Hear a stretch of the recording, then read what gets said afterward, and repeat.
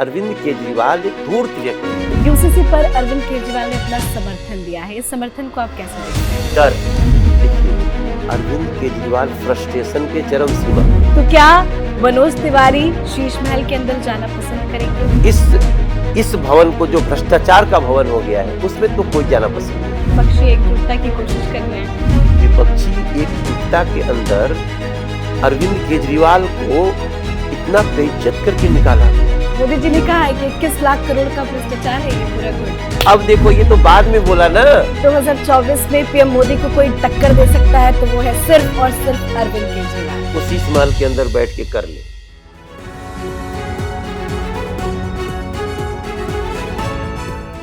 नमस्कार, capital TV देख रहे हैं आप। मैं हूं आपके साथ पूजा। आज मेरे साथ खास बातचीत के लिए मौजूद है जाने माने नेता बीजेपी के सांसद मनोज तिवारी जी, जिनकी कोई इंट्रोडक्शन की जरूरत नहीं है। तो चलिए सबसे पहले उनका स्वागत करते हैं। मनोज जी, बहुत बहुत स्वागत है आपका कैपिटल टीवी में। थैंक यू पूजा, बहुत बहुत जी। धन्यवाद। आप दिल्ली से सांसद हैं तो शुरुआत दिल्ली की राजनीति से ही करना चाहेंगे। आप कहते हैं कि केजरीवाल की सरकार जो है वो भ्रष्ट सरकार है, ऐसा कोई विभाग नहीं है जहां केजरीवाल ने भ्रष्टाचार नहीं किया हो। तो अगर भ्रष्टाचार की लिस्ट आपसे सुनना चाहें तो आप हमारे दर्शकों को क्या क्या बताएंगे? अब तो लोगों को सबको पता है। देखो, सबसे बड़ी बात कि अरविंद केजरीवाल के जितने वादे और वाक्य थे उसके बिल्कुल विपरीत वो दिखे जी। आप याद करिए, मैं बंगला नहीं लूंगा, गाड़ी नहीं लूंगा, जी। सिक्योरिटी नहीं लूंगा, मैं बच्चों की कसम खाता हूं किसी पार्टी से तालमेल नहीं करूंगा। अरे ये कहने की क्या जरूरत थी? राजनीति में ये जितनी बातें हैं, गाड़ी लेना, अगर आप मुख्यमंत्री हैं तो आपको गाड़ी मिलेगी, आपको घर मिलेगा, हम सांसद हैं तो हमको भी मिलेगा। इस पे आप लोगों को बेवकूफ बनाने में क्यों लग गए? ये भी एक बहुत बड़ा भ्रष्टाचार है। फिर आगे आती है बात कि बंगला नहीं लूंगा, ये तो छोड़ दो, बंगला ऐसा लिया कि दुनिया में कोई सीएम स्तर का आदमी नहीं लिया होगा। और उसमें जो अनियमितताएं बरती उसके ऊपर सीएजी की आज जांच बैठ गई। जिस सीएजी की रिपोर्ट्स को लेकर के वो ऐसे दबा के अपने कांख में, और देखो जी शीला जी बेईमान, देखो जी ये शरद पवार बेईमान, देखो जी, वो सब क्या थी? सब सीएजी की रिपोर्ट थी। और वही सीएजी आज आपकी जांच कर रही है। ऊपर से देखिए, उनका सबसे करीबी साथी जिसको वो सुभाष चंद्र बोस तक की संज्ञा दे दी, भगत सिंह जी की संज्ञा दे दी, वो जेल में है और उनको कोर्ट भी बेल नहीं दे रही है। कोर्ट बीजेपी नहीं है। बिल्कुल। उसके बाद देखिए डीटीसी घोटाला, जो डीटीसी कभी लाभ हानि के मामले में बराबर होता था, आज डीटीसी के ऊपर 60,000 करोड़ का कर्ज है। कहां गया पैसा? बसें जो नई देनी पड़ रही है मोदी जी ला रहे हैं। आजकल आप जितनी बसें देखेंगे ना जिसपे go green electric bus, 100% electric, वो नरेंद्र मोदी जी की दी हुई है, उस पे अपनी फोटो डाल लेते हैं। ऐसी स्थिति में क्लासरूम का घोटाला अलग केस चल रहा है। स्कूल नए नहीं बनाए, लेकिन जो क्लासरूम नए बनाए स्कूलों में उसकी लागत होनी चाहिए 9.5 लाख, तो बनाए 32 लाख रुपए। तो ये सारे क्लासरूम घोटाला से लेके डीटीसी घोटाला से लेके शराब घोटाला से लेके अभी कूड़ा घोटाला भी आ गया। पैनिक बटन घोटाला, जलबोर्ड घोटाला। हाँ जी बिल्कुल, लिस्ट काफी लंबी है सर, लेकिन इतनी अच्छा ये हम नहीं कह रहे हैं। आप देखिए, ये ध्यान रखिएगा कि बीजेपी के तरफ से जो बातें उठाई गई उसको हम सिर्फ घोटाला सिद्ध नहीं कह सकते, लेकिन जांच होने के बाद जो आया, ओ माय गॉड। बिल्कुल, जांच भी हो रही है, उनके कुछ खास मंत्री जेल की हवा भी खा रहे हैं, लेकिन उसके बावजूद भी अरविंद केजरीवाल कहते हैं कि अगर अरविंद केजरीवाल बेईमान है तो दुनिया में कोई ईमानदार नहीं है। वो कहते हैं कि मैं फांसी पे भी चढ़ जाऊंगा। इस तरह के बयान सामने आते हैं। देखिए, अब चोर पकड़ा जाता है, कोई पॉकेट मार पकड़ लिया गया, तो उसकी भाषा यही होती है जो अरविंद केजरीवाल की है। वो पहले पूरी दृढ़ता से कहता है, अरे नहीं साहब, मैं तो बिल्कुल ईमानदार आदमी, मैं तो इधर से गुजर रहा था, देखो मुझे पीट रहे हैं। लेकिन जब पता चले लूटा हुआ बटुआ उसके पॉकेट से मिल ही गया जी। तो ऐसा स्थिति हो गया है।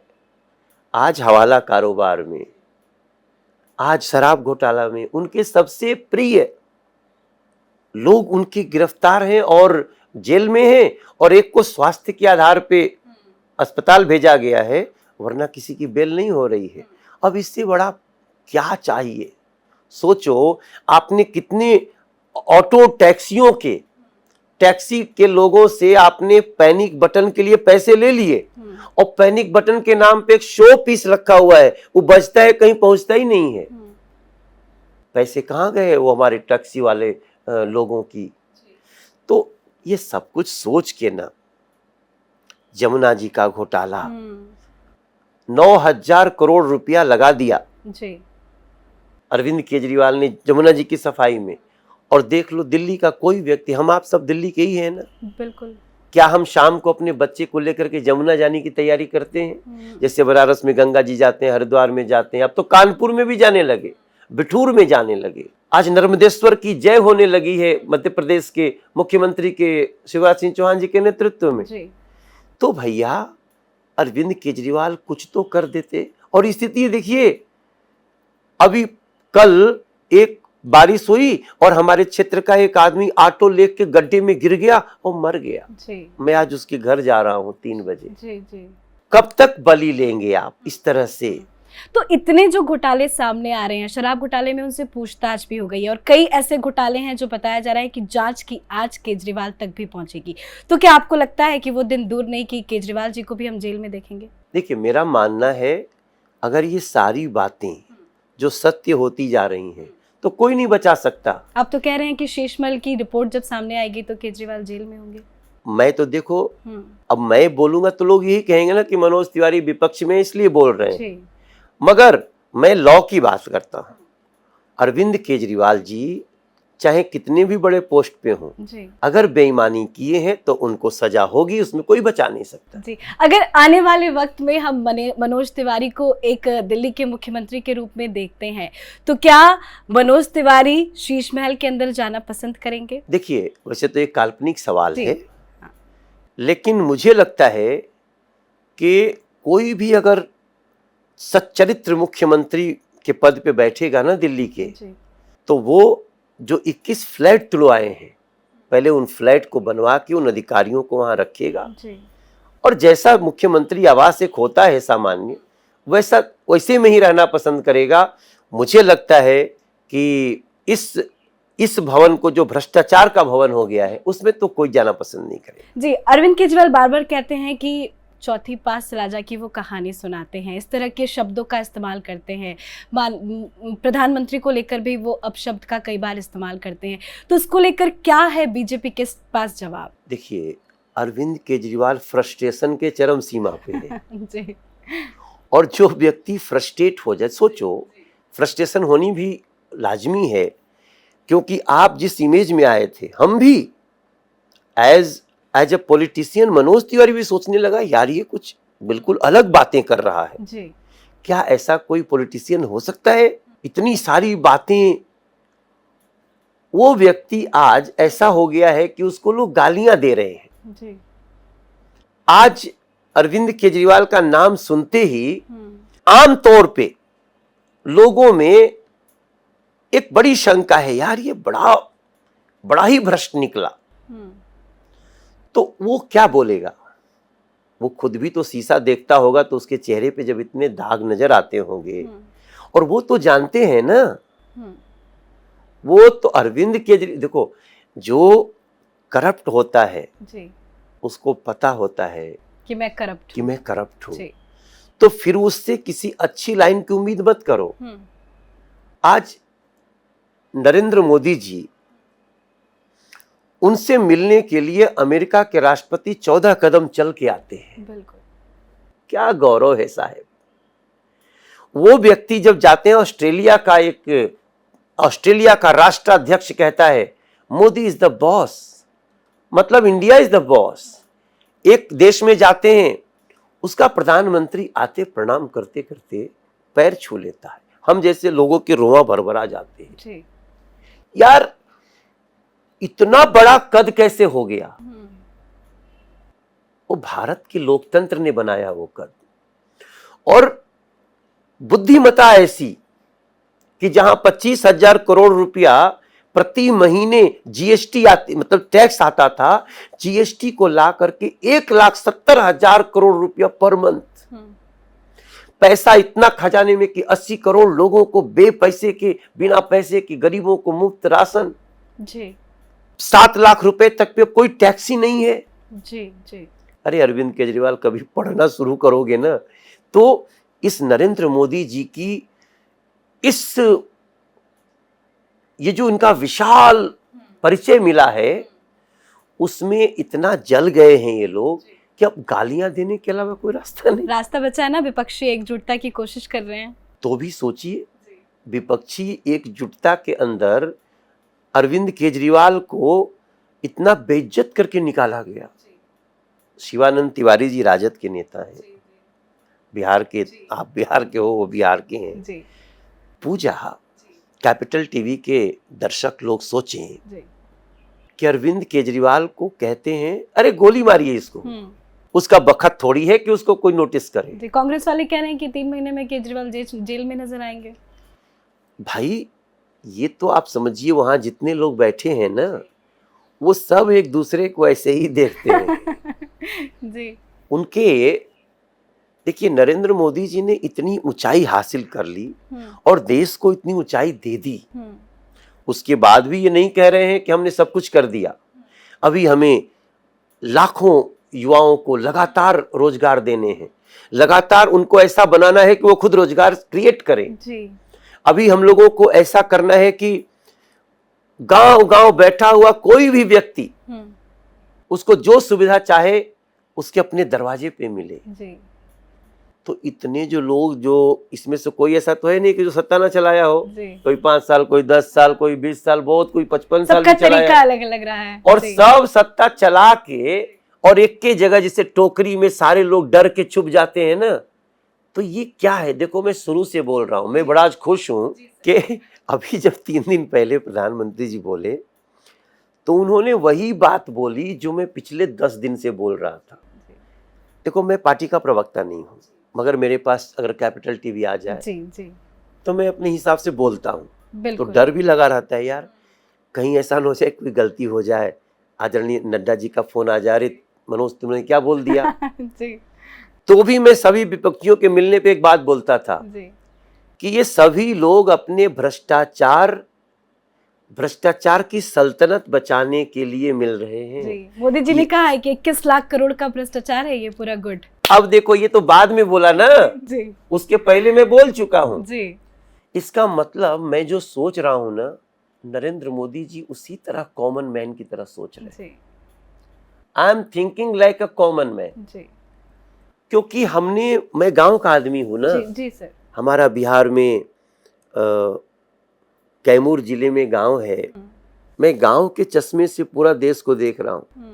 जब मेरी माँ कहती है कि मनोज वो झूरी तिवारी के जो मेहरारू के ना उनके घर में गैस लाग गई, तो मैं सोचता हूँ कि ऐसे बढ़िया बात का बा, क्योंकि वही झूरी तिवारी के लिए कभी माँ मेरे से 20,000 रुपया मांग के दी थी, क्योंकि वो माँ को सहयोग करती हैं काहे खातिर, खपड़ा छवावे खातिर जी।